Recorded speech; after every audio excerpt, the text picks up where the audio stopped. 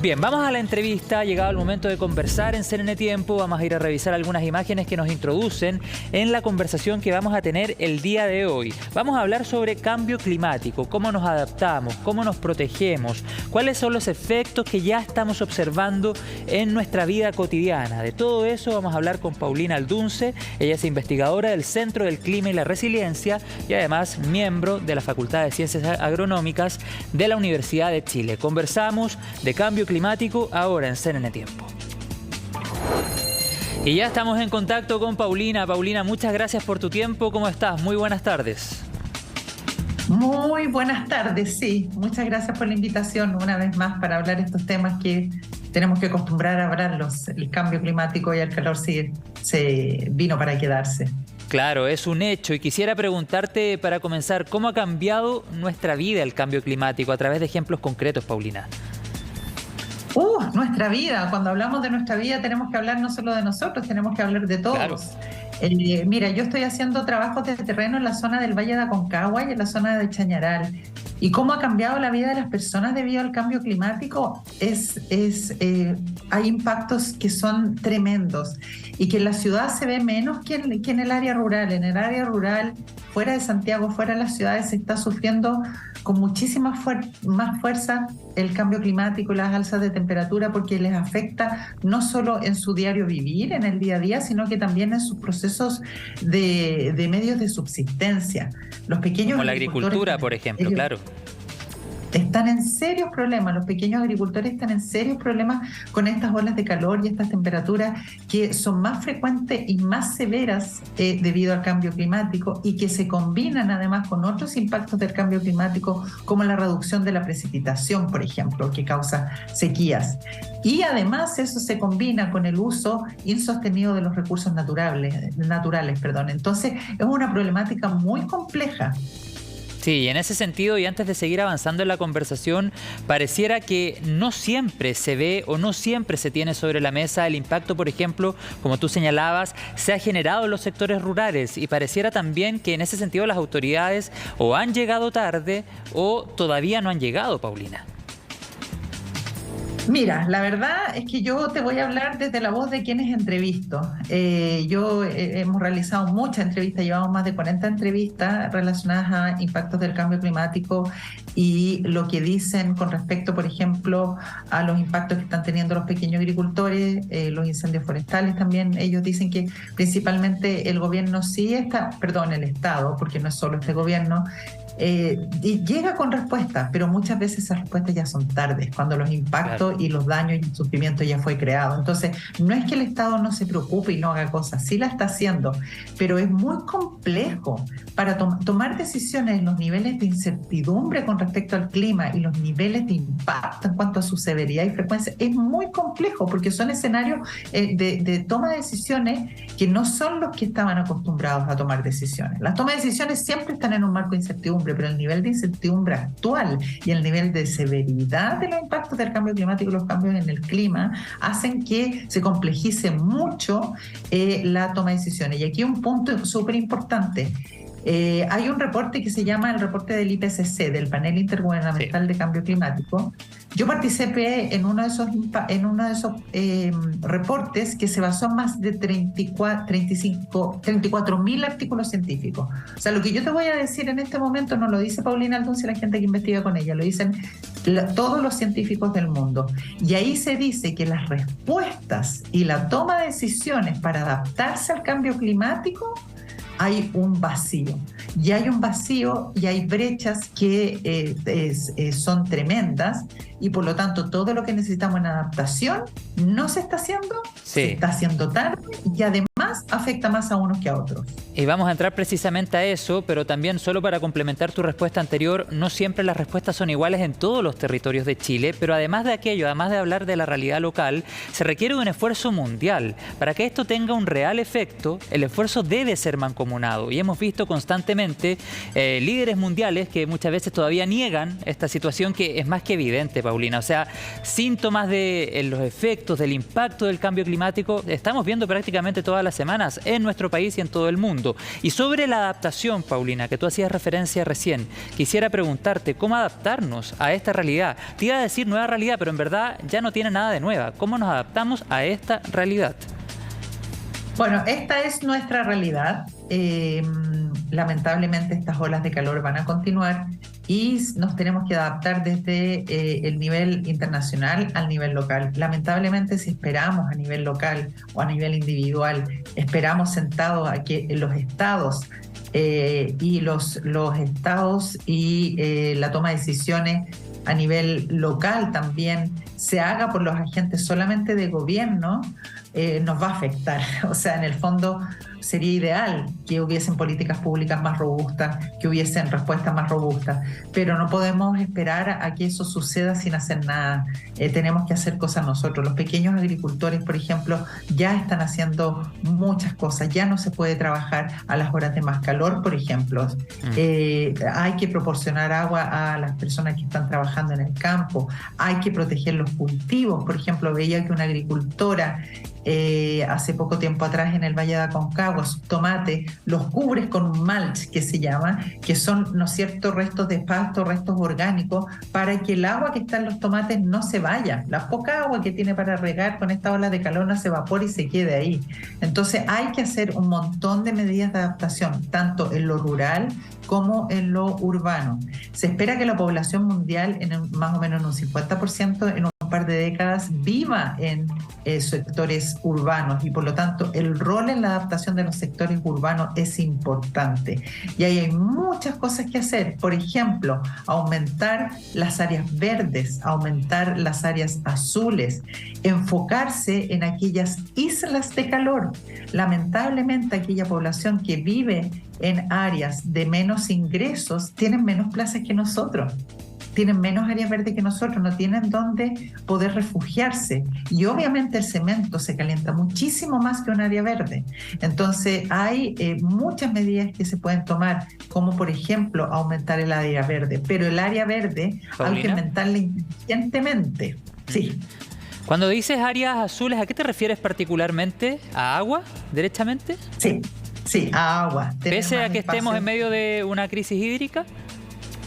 Bueno, lo que pasa es que tenemos que proteger las aguas actuales que tenemos, pues, en el fondo. La ciudad tiene ciertas áreas azules y esas hay que protegerlas y hay que cuidarlas, en el fondo. Hay que ser eficiente con el uso del agua en el área rural y en el área urbana. Y las áreas azules que tenemos, pues, tratar de mantenerlas, que no se pierdan, ¿no es cierto? Que puedan ser un buffer de la temperatura en el área urbana. Tú mencionabas hace algunos minutos atrás, Paulina, la agricultura a gran escala, pero también la pequeña agricultura. Y tengo un dato acá que me gustaría comentártelo para que lo vayamos conversando. Si se llega a superar los 1.5 y 2 grados de temperatura, no se podrán cultivar ciertos alimentos esenciales para la vida humana, por ejemplo. ¿Qué medidas tomar entonces en ese sentido en nuestro país? Y me refiero a medidas, por supuesto, como la que tú mencionabas de la pequeña agricultura, pero acá hay medidas que deben venir de la gran industria y también de políticas públicas, como también lo señalabas.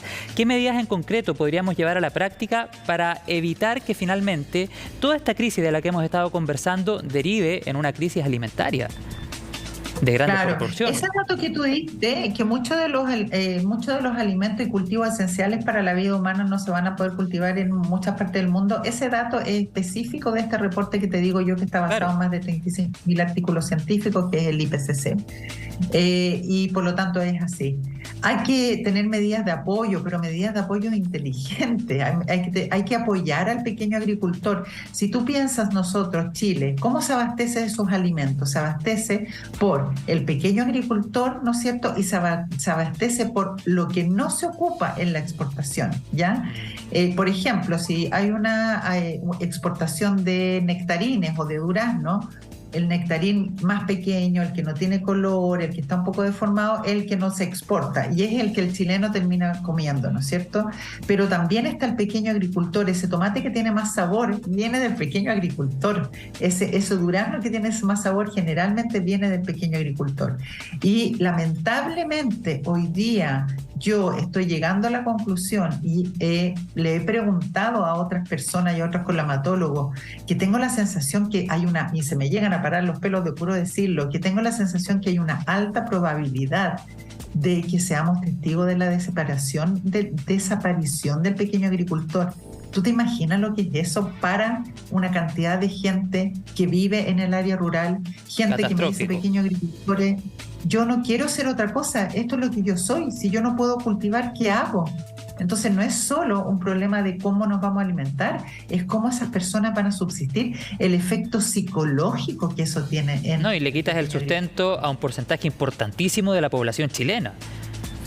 Y a un porcentaje importantísimo de la población chilena que tiene un sentido de pertenencia con la ruralidad y la agricultura. Entonces, toda la cultura que está alrededor, las prácticas culturales que están alrededor del pequeño agricultor, se puede perder. Aquí hay que tomar medidas muy serias y urgentes de la distribución del agua. Es urgente poder abordar cómo se está distribuyendo el agua.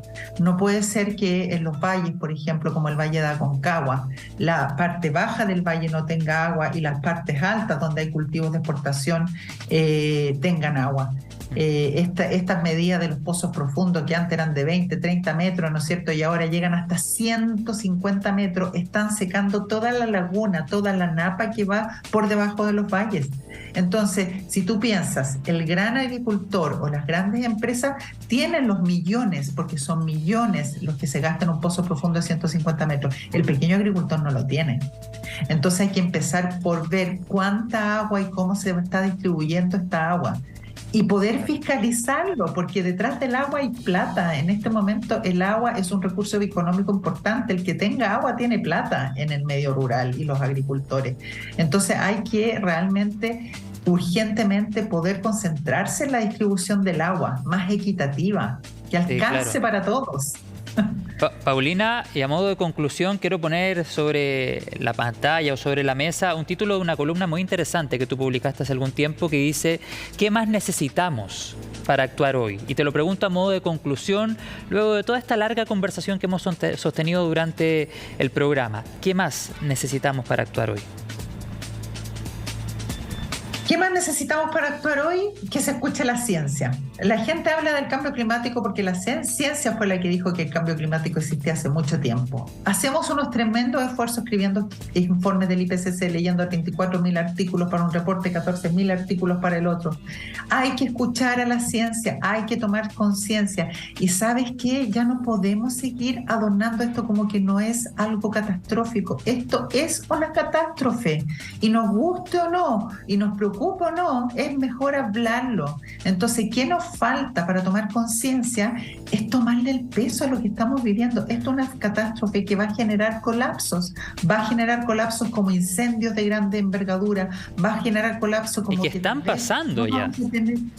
Claro, entonces... Imagínate lo que vivimos durante el día viernes en Chillán Viejo, en Los Ángeles. O sea, señales hay por montón solo en nuestro país. Pero bueno, si miramos para el mundo, imagínate todas las que podríamos hablar.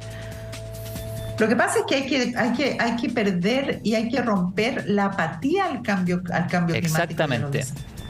Porque en el fondo, ¿qué es lo que pasa? La gente no quiere problemas, entonces lo esconde en alguna parte que sabe que está, pero no lo toma en consideración. Pero eso es pan para hoy día y hambre para mañana, porque se le va a devolver de vuelta 2 veces. Lamentablemente tenemos que hablar las cosas con su nombre. Yo siempre lo digo en la entrevista. A mí muchas veces me llaman y pucha, la gente queda bien deprimida después que yo doy la entrevista, pero yo me voy a dormir tranquila, porque yo lo digo. No digo, no, si la cosa no es tan terrible. No, la cosa es terrible, estamos en problemas, así que hay que empezar a actuar hoy día. Eso es lo que necesitamos. O sea, ya del hecho que estemos conversando, Paulina, de que hay que adaptarse, es porque ya el escenario es complicado. ¿Podemos evitar todavía que sea más complicado? Claro, pero para ello se requiere un esfuerzo mancomunado de todo el mundo. Si no, los esfuerzos no tienen mucho sentido. Claro, eso por una parte, y por otra parte tenemos que convencernos que tenemos que transformarnos. Seguir haciendo las cosas con pequeños cambios no nos va a solucionar el problema. Hay cosas pequeñitas que resultan, pequeños cambios que resultan, pero hay que complementarlo con transformaciones estructurales en los modos de uso del agua, en nuestras creencias, en nuestros valores. O sea, tenemos que valorar el agua como lo que es. No podemos seguir regando jardines de, no sé, 200 o 500 metros cuadrados, porque no da. Y que esos jardines, Paulina, proliferan en ciertos sectores de nuestro país o en ciertos conos urbanos donde muchas personas tienen en sus casas tremendos jardines y bueno, ahí desgastan y botan el agua prácticamente, habiendo alternativas, por ejemplo, de crear un jardín estético, pero que sea sustentable. Hay alternativas, en definitiva, Paulina. Hay alternativas y no solo las personas. Si tú ves, han habido ciertas modificaciones en ciertos barrios. No quiero nombrar comunas. Sí, no, sí, hay avances. Sí. Y no, pero hace poco hicieron, ¿no es cierto?, Américo Vespucio, que se mete por debajo, ¿no es cierto?, acá. Y pusieron la misma plaza, el bandejón central, y yo esperaba que pusieran especies más resistentes, y pusieron césped de nuevo. Y tú pasas a veces y están regando con aspersión a las 12 del día. Entonces tú dices... La peor hora más encima. Sí.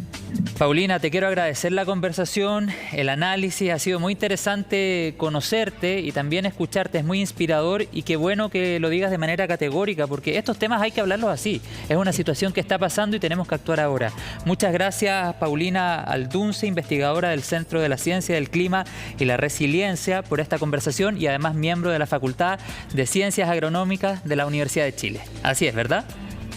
Sí, así es. Muchas Buenísimo. gracias a ti, José, por la invitación y a CNN por darle el espacio para hablar de estos temas que son muy importantes que hablemos. Que tengas buena tarde.